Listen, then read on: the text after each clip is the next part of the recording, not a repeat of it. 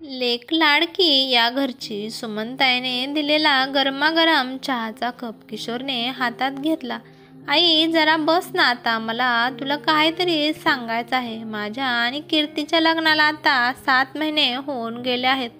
तिला नुसता आराम करून ती म्हणते की मला आता खूप कंटाळा यायला लागला आहे.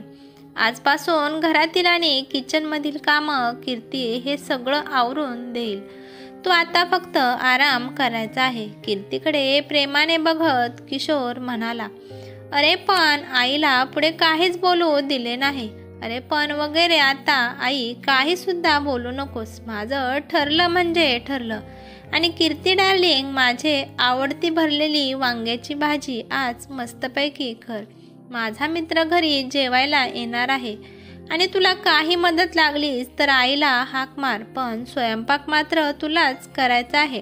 आणि हो, घरात एक एक गोष्ट आईकडून समजून घे, म्हणजे तुझा वेळ पण वाया जाणार नाही. आणि किशोर अजून लिफ्टमध्येच असेल तोपर्यंत लगेच कीर्तीच्या फोनची रिंग वाजली.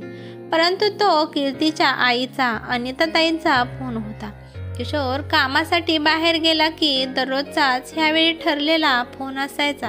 आणि मग काम सोडून कीर्ती अर्धा पाऊण तास गप्पा मारत असायची. लग्न झाल्यावर सुरुवातीला सुमनताईंना मायलेकींच्या प्रेमाचं कौतुक वाटत होतं, परंतु आता ते दररोजचंच आणि खूप अति होऊ लागलं होतं. सुमनताई काही अस्वस्थ होत होत्या. सुमनताईने एकदा नापसंतीच्या दृष्टीने कीर्तीकडे पाहिलं आणि काही न बोलता तशाच बाहेर निघून गेल्या. पाठीमागच्या एप्रिलमध्येच कीर्तीचं लग्न किशोर बरोबर झालं होतं आणि आता ते जाधवांच्या घरची सून झाली होती. कीर्ती अजयराव आणि अनिताताईंची एकुलती एक मुलगी होती. अजयराव मोठ्या कंपनीत मॅनेजर म्हणून काम करत होते. घरामध्ये सुशील असं वातावरण आणि संपन्नता होती. त्यामुळे संपन्न वातावरणात वाढलेल्या कीर्तीने आपल्या वडिलांकडे एका सर्वसामान्य व मध्यमवर्गीय मुलाशी, किशोरशी लग्न करण्याचा हट्ट केला. तेव्हा त्यांनी तिला लग्नासाठी विरोध केला होता, पण शेवटी कीर्तीने किशोरशी लग्न होणार नसेल तर म्हणून तिने मी घर सोडून जाईल असे तिच्या आई वडिलांना सांगितले. त्यामुळे तिच्या आई वडिलांचा नाईलाज होता, पण आपल्या मुलीवरचा हक्क त्यांनी काही सोडला नव्हता. लग्न झाल्यापासून त्या मायलेकींचा म्हणजे अनिताताईंचा एकही दिवस असा गेला नाही की कीर्तीला फोन केला नाही. आणि त्या दिवशीही किशोर बाहेर गेल्याबरोबर नेहमीप्रमाणे कीर्तीला फोन वाजत असायचा. काय चाललंय कीर्तू, त्यांचं हे पहिलं वाक्य असायचं. अगं आई, माझ्यासमोर खूप मोठा प्रॉब्लेम उभा राहिला आहे. किशोरने सकाळी सकाळी आईला सांगून टाकले की तू आजपासून घरातलं काम करायचं नाही, सगळं कीर्ती करणार आहे म्हणून. अरे मला सांगून गेला आहे की भरलेल्या वांग्याची भाजी कर म्हणून. त्याचे मित्र जेवायला येणार आहेत. मला तर बाई खूप टेन्शन येत आहे. मला तर काय करावं तेच समजत नाही. अगं कसला आहे तो प्रॉब्लेम, अनिताताई म्हणाल्या. अगं उलट तुझ्यासाठी ही चांगली संधी आहे. म्हणजे आता तुझं घर तुझ्या म्हणण्याप्रमाणे चालणार आहे. तुझ्या घरी आता तुझं राज्य, तुझी मनमानी चालणार आहे. अगं कित्येक मुलींना आयुष्यभर त्यांच्या सासूच्या हाताखाली राबावं लागत असतं आणि आता तुझ्या नवऱ्याने तुझ्या हातात सर्व कारभार देऊन टाकले आहेत. अगं तू तर खूप लक्की आहेस. अगं पण आई, त्यांचा स्वभाव खूप चांगला आहे. त्यांचा मला काहीच त्रास नाही आणि त्या मला काहीच काम करू देत नाहीत. मी त्यांना कुठे नावं ठेवते, तेव्हा या निमित्ताने तर तुझा घरातला मान वाढव, एवढंच मला म्हणायचं आहे. आणि हो, मला पण भरलेल्या वांग्याची भाजी करता येत नाही. मी वांगे फ्राय करून तुला पाठवून देते. आणि रात्री जेवण झाल्यावर किशोर बरोबर पहिल्यांदाच आज भांडण झालं होतं. अगं कीर्ती, तुला भरलेल्या वांग्याची भाजी करता येत नव्हती तर आईला विचारायचं की एवढं तुझ्या आईकडून आणायची काय गरज होती. अहो पण तुम्हीच म्हणाला होता ना आजपासून आईचं किचन बंद आहे. आणि मग पहिल्याच दिवशी मी त्यांना कसं सांगणार होते. आणि आईचं घर आणि हे घर माझ्यासाठी वेगळं आहे का? ही माझी आई आहे. तिने माझ्यासाठी काही पाठवलं तर काय चुकीचं आहे का? आणि किशोरकडे यावर काहीच उत्तर नव्हतं. त्यामुळे हा वाद इथेच थांबला होता. वांग्याची भाजी पासून सुरू झालेला हा माहेरचा ओघ नेहमीचा चालला होता. रोज फोनवरून आज कोणती भाजी करायची, सकाळी कोणती भाजी करायची हे ठरवलं जात असायचं. एवढेच काय तर त्यांना फिरायला जाण्यासाठी लोकेशन आणि स्पॉट हे अनिताताई कीर्तीला सांगत असायच्या. घरात बदल व्हायला एक एक सुरुवात झाली होती.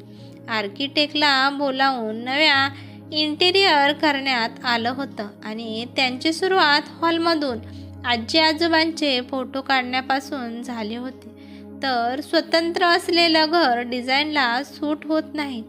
सुमनताईंच्या बेडरूममध्ये शिफ्ट करण्यात आलं होतं. आणि हे सगळं करताना कीर्तीने एकदा पण सुमनताईंना नाही विचारलं किंवा विचारलं देखील नाही. घरात आणलेल्या अगदी छोट्या छोट्या वस्तूंचं कौतुक आणि आनंद जिथे सगळेजण शेअर करायची, तिथं घराची रोज बदलणार हे रंगरूप एखाद्या परक्या व्यक्तीप्रमाणे निर्विकारपणे बघण्याची वेळ सुमनताईवर आली होती. त्या घरातलं त्यांचं अस्तित्व नाममात्र राहिलं होतं.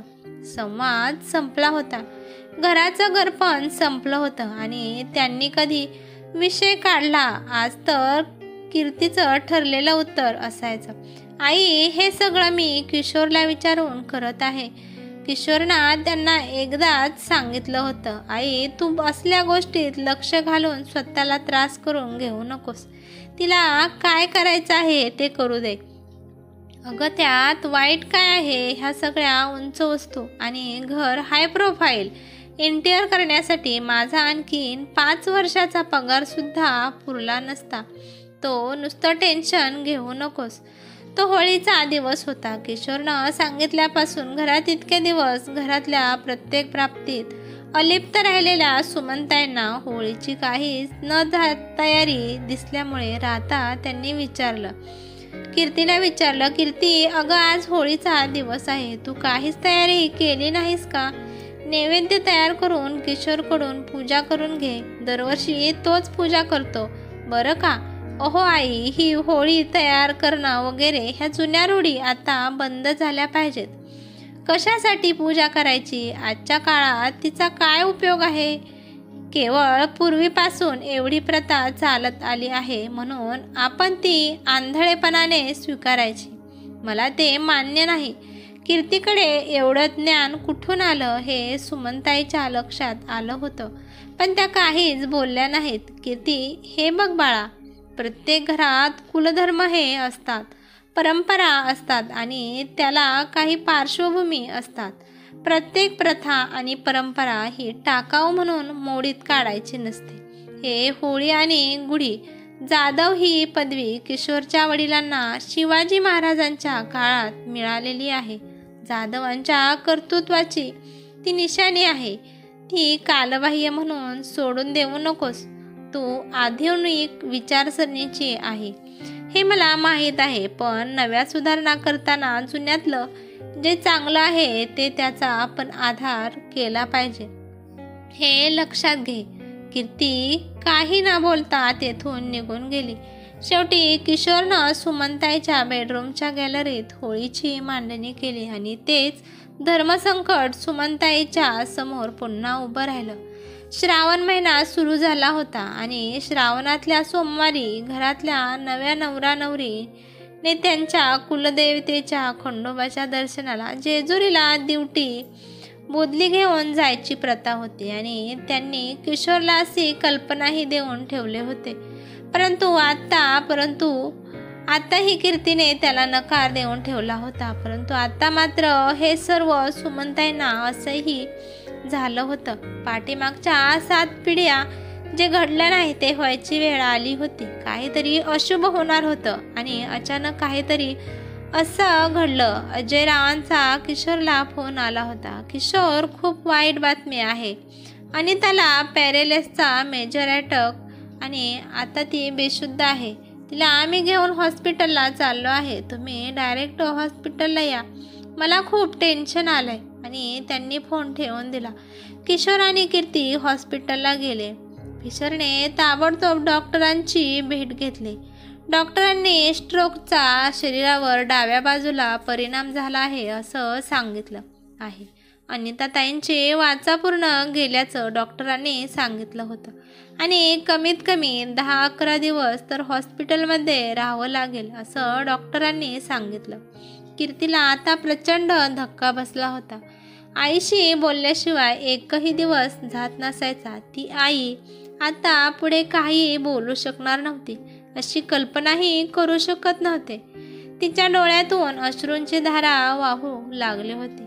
अजयरावांचे दुसरे कोणी जवळचे नातेवाईक नव्हते आणि जे होते ते अनिताताईंमुळे दूर झाले होते.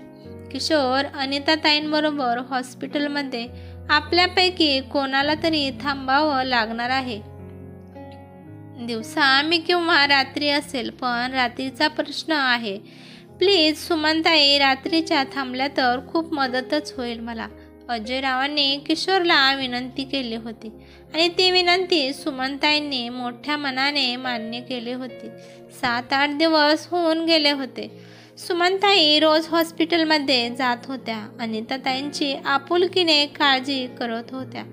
कीर्तीला मात्र गेल्या 6 महिन्यातल्या सुमनताईची आपल्या वागण्याचं विशेष वाटायला लागलं होतं. साधं जेवलात का एवढं सुद्धा तिने कधी विचारलं नव्हतं. त्यात सुमनताई तिच्या आईची आपुलकीने सेवा करत होत्या. त्यांचं दुखण्यात त्यांना आधार देत होत्या.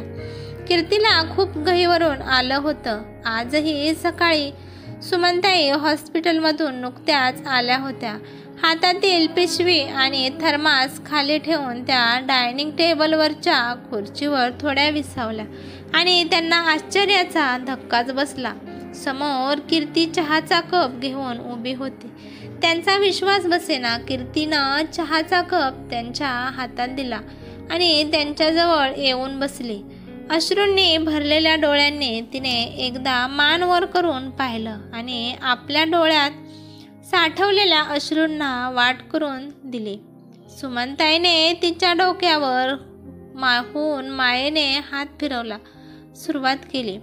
मी तुमच्याशी चांगलं वागले नाही आणि माझ्यामुळे तुम्हाला खूप त्रास सहन करावा लागला. कीर्ती हुंदके देत म्हणाली, अगं वेडी आहेस का? अगं तू तर मला माझ्या मुलीसारखी आहे आणि मुलीचा कधी आईला त्रास असतो का? कीर्तीचे डोळे पुसत त्या म्हणाल्या. थोड्या वेळाने डोळे पुसत कीर्ती उठली आणि ती नुकताच कंपनीत गेलेला किशोरला फोन लावला. किशोर, उद्या श्रावणी सोमवार आहे. आपल्याला दिवटी बुदली घेऊन जेजुरीला जायचं आहे. रजेचा अर्ज लगेच देऊन टाक. सुमनताईंनी परत एकदा तिच्याकडे पाहिलं. त्यांच्या घराचं घरपण आता परत आलं होतं. आनंदाश्रूंचा पूर आता सुमनताईच्या डोळ्यातून वाहू लागला होता. ही कथा तुम्हाला कशी वाटली ते कमेंट करून नक्की सांगा. चॅनलवरती नवीन असाल तर चॅनलला सबस्क्राईब करा. धन्यवाद.